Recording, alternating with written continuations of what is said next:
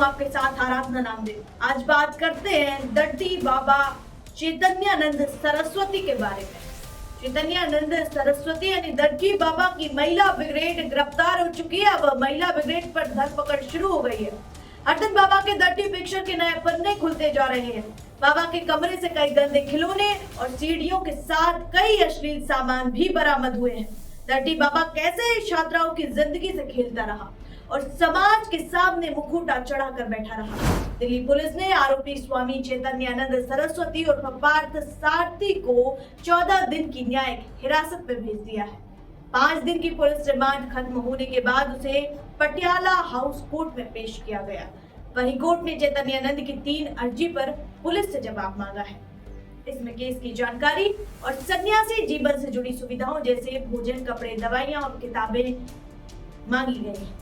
लेकिन इस बीच बड़ा कदम उठाते हुए पुलिस ने उसकी 3 करीबी महिला सहयोगियों को गिरफ्तार कर लिया है।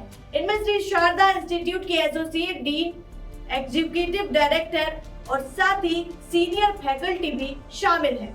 पूछताछ में तीनों ने माना है कि उन्होंने बाबा के कहने पर छात्राओं पर दबाव बनाया, शिकायत वापस लेने की धमकी दी और सबूत तक नष्ट करने की कोशिश की। पुलिस की जांच में सामने आया कि बाबा उत्तराखंड के अल्मोड़ा के एक गेस्ट हाउस में महिला छात्राओं के साथ रुका था। स्थानीय लोगों ने भी इसकी पुष्टि की है। इतना ही नहीं, पुलिस ने उसके फोन से डिजिटल सबूत भी जुटाए हैं। उसमें एक व्हाट्सएप ग्रुप में वह छात्राओं की फोटोज पर गंदे गंदे कमेंट करता था।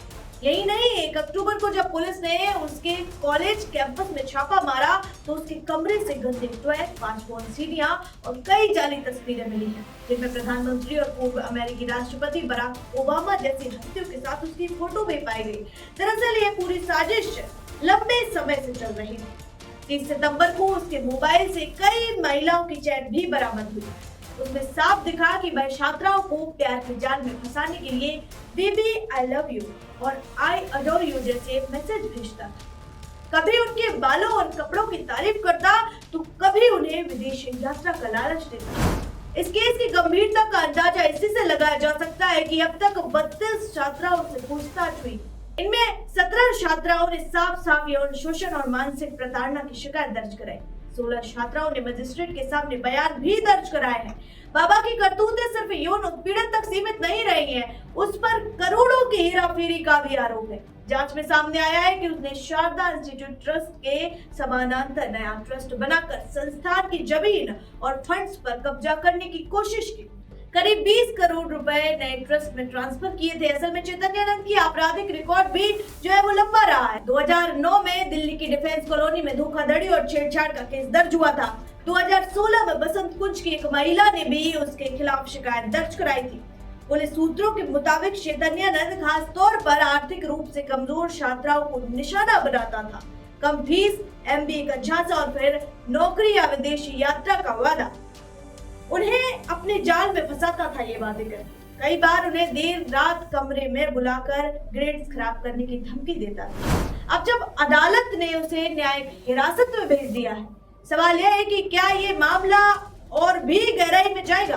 क्या सचमुच उसके पीछे एक बड़ा नेटवर्क काम कर रहा है? बाबा लड़कियों को लेकर अपने पार्थ साथी के साथ उत्तराखंड के होटलों में जाता था। अल्मोड़ा के होटलों में भी स्टे करता था। बाबा के पापों की लिस्ट बहुत लंबी है, लेकिन हर दिन नए खुलासों के साथ अहम सबूत भी पुलिस के हाथ लग रहे हैं और अब महिला ब्रिगेड की धरपकड़ भी शुरू हो चुकी है। इस खबर पर जो भी अपडेट आएंगे आप तक पहुंचाते रहेंगे। ऐसे ही तमाम अपडेट्स के लिए देखते रहिए वीके न्यूज। शुक्रिया। वीके न्यूज, राष्ट्र के नाम।